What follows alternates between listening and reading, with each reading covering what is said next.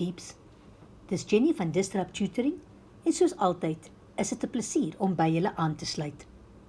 Vandag gaan ons begin met verlede tyd, past tense. Dit is belangrik om te weet watter woorde vertel my dat verlede tyd is. It's important to know which words indicate past tense. Okay, kom ons kyk na sin nommer 1. Baie mense gaan gereeld op dieet.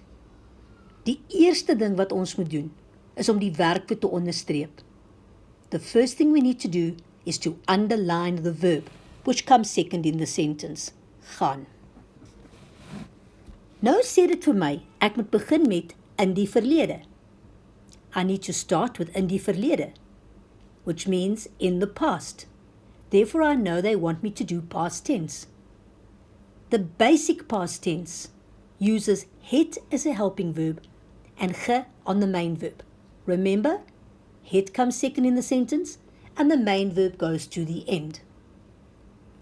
Antwoord. In die verlede het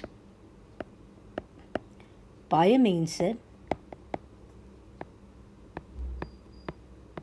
gereeld op dieet gegaan.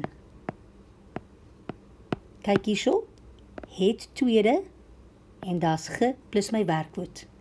Het is the helping verb, it comes second. The main verb goes to the end with ge at the beginning. Het gegaan. Kyk nou na sin nommer 2. Die meisie verloor baie gewig op die dieet. Kom ons onderstreep die werkwoord. Let's underline the verb. Second in the sentence, verloor.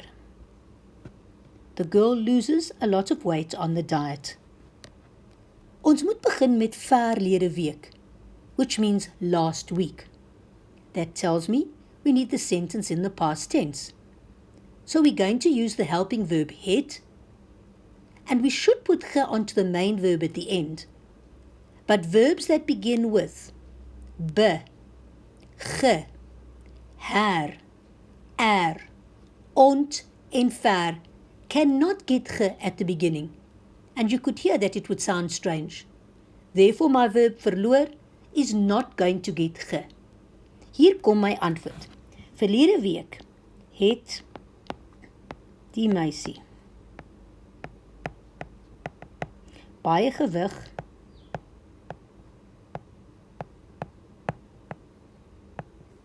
op die dieet verloor. Here is het second in the sentence, and here is my main verb at the end, but it can't get ge in front of it because it begins with ver. Voordat ek afsluit, wil ek net baie dankie sê aan ons Epic Borgmaatskappy wat hierdie video moontlik gemaak het. Lees alles oor hulle in die beskrywing hieronder. Onthou om ons webtuiste te besoek vir meer van hierdie Epic studieklas video's. As jy nie die antwoord op jou vraag kan vind nie, stuur vir ons die vraag en ons sal antwoord met 'n persoonlike video net vir jou. Tot volgende keer, bly epic!